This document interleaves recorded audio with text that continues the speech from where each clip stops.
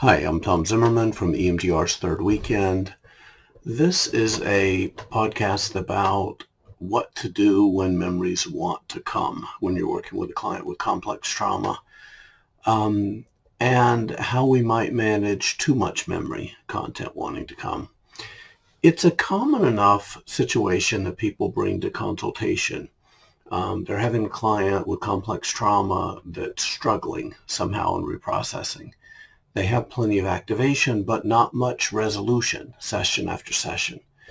And then when we take the session apart, it sounds like the target memory is connecting to lots of other things, almost as though the client's trying to resolve a theme across, multiple developmental eras.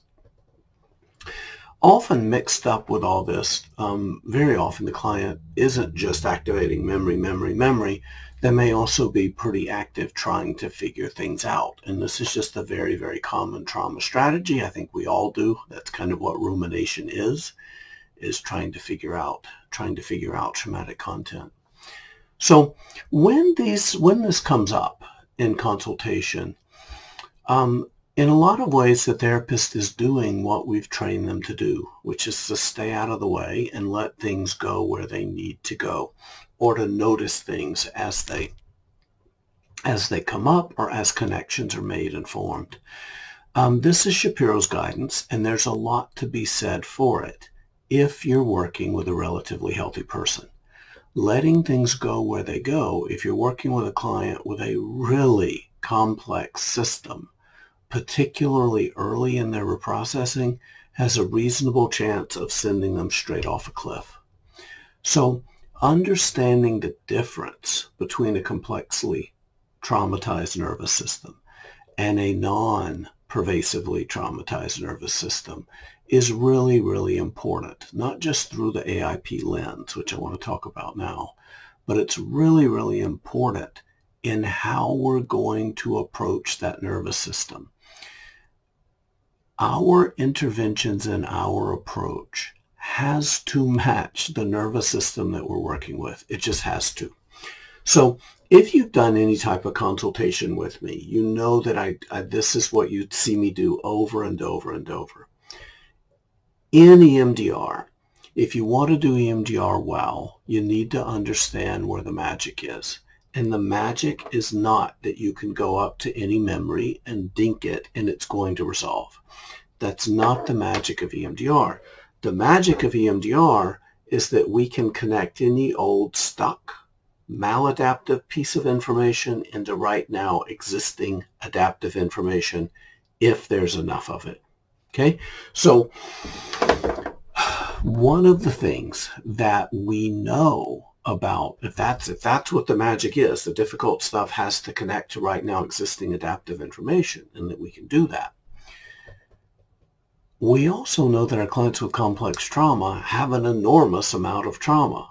And because they've been in survival mode, they typically only have a small amount of adaptive information that difficult stuff must connect with and metabolize into. So if you haven't heard me use the metaphor before, there are podcast episodes about it. It's the boat metaphor. If a client has adaptive information the size of a canoe, we really need to be careful about what they hook. Because in this model, the difficult stuff has to connect to right now existing adaptive information, and you have to have enough of it. What that means is that you can't really land a fish bigger than your boat. Okay? Clients that are really healthy, but who have had some trauma, have adaptive information the size of a cruise ship. That's the privilege that a healthy nervous system affords you, is that you can hook and land every fish in your ocean because you have a boat big enough to land everything. The other privilege in having a non-pervasively traumatized nervous system is that the way you got that cruise ship is that you don't have an ocean full of monsters. Okay? Shapiro is also very clear that there's nothing in the 8-phase protocol that's going to generate the needed adaptive information just because you need it. right? So you need to have enough of it already.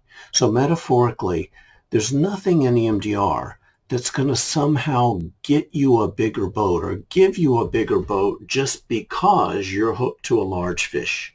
You have the boat you have, and there's nothing in EMDR that's going to automatically give you more of the needed information just because you need it.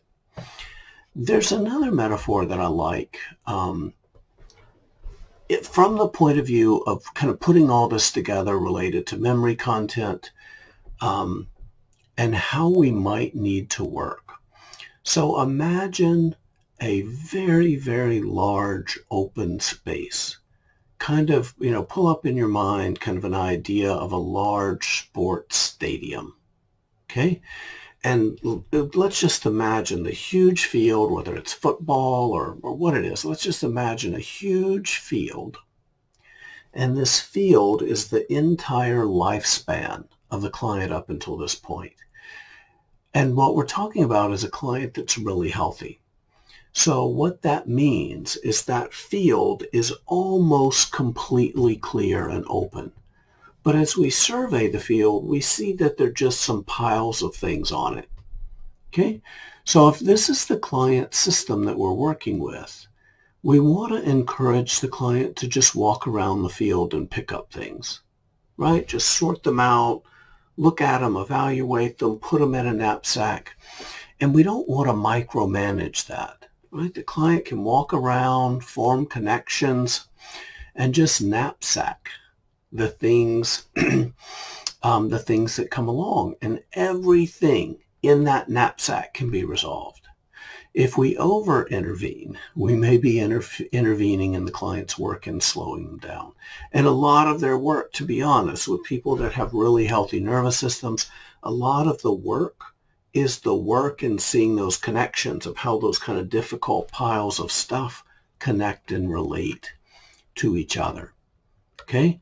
So that's one scenario. Imagine another stadium. And this is the stadium of a complexly traumatized client.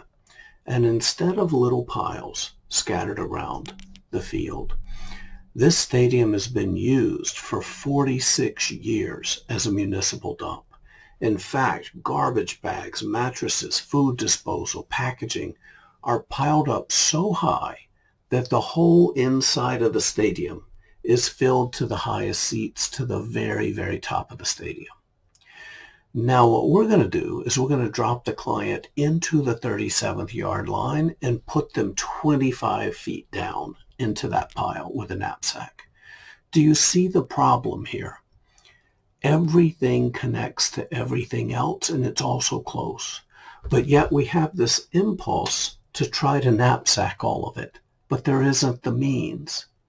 And this is one of the things that's really unfair about being on the receiving end of other people's stuff for decades. The mistake we make as therapists is that we consistently underestimate how much there is and how much the client can carry at any given time. So what is the problem if the client just opens up this memory, opens up this memory, opens up this memory?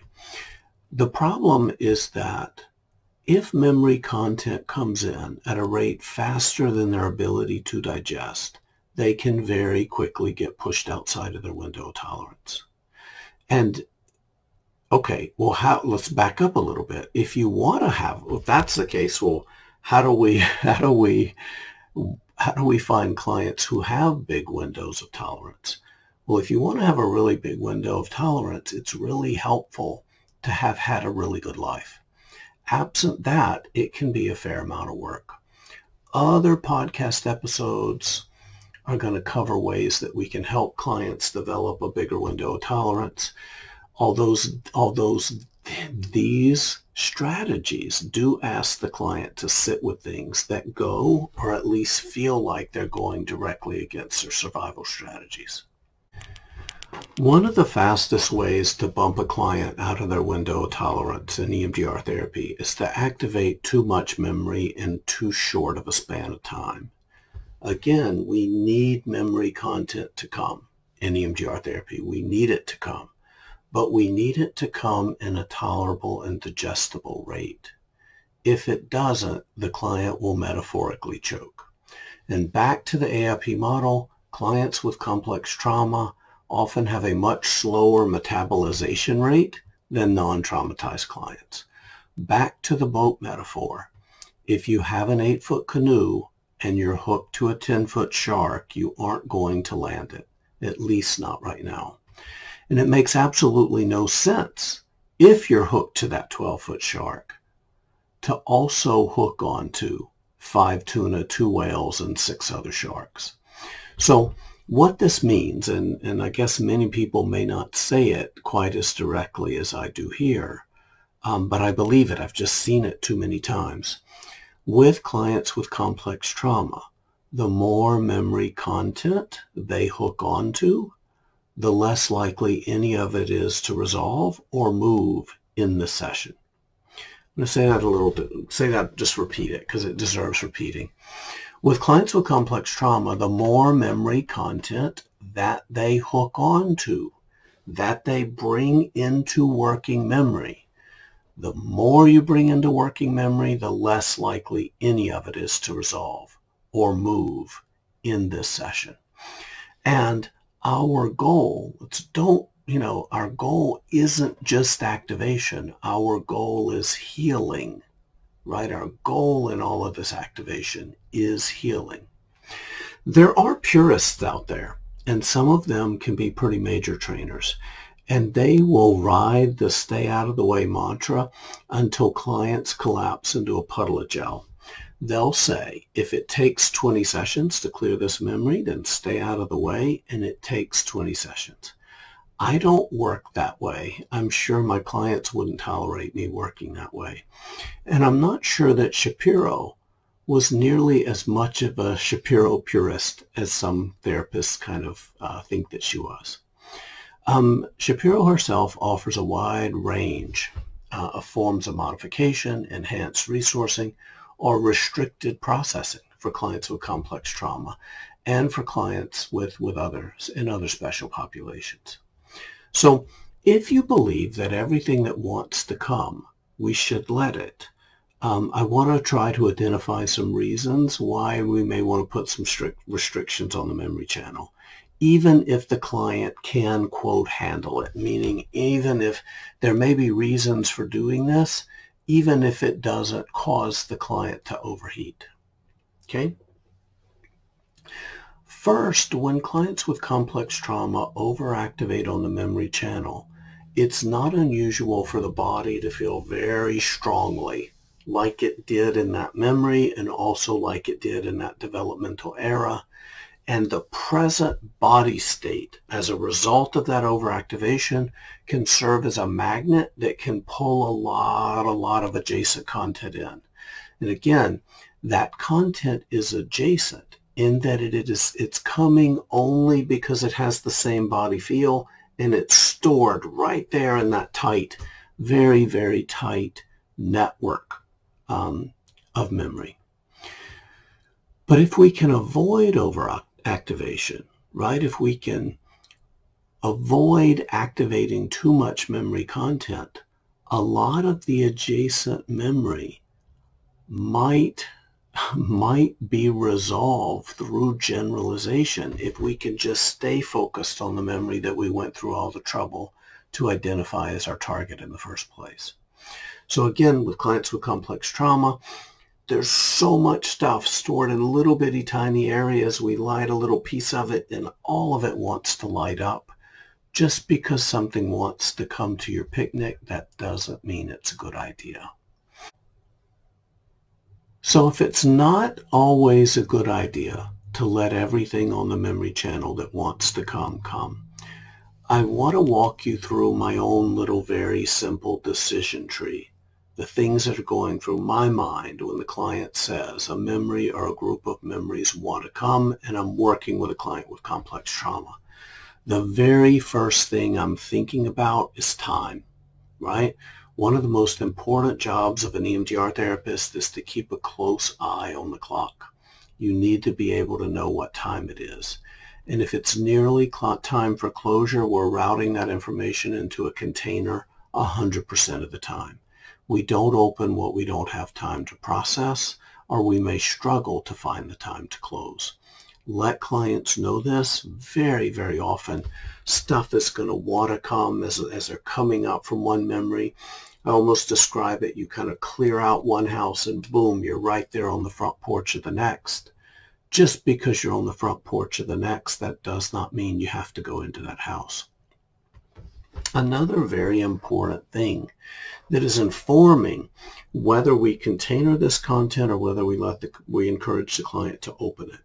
So we've started with a particular individual memory, and one of the questions I'm asking is, how are you doing? How have you been doing distress-wise with what you already have out into awareness?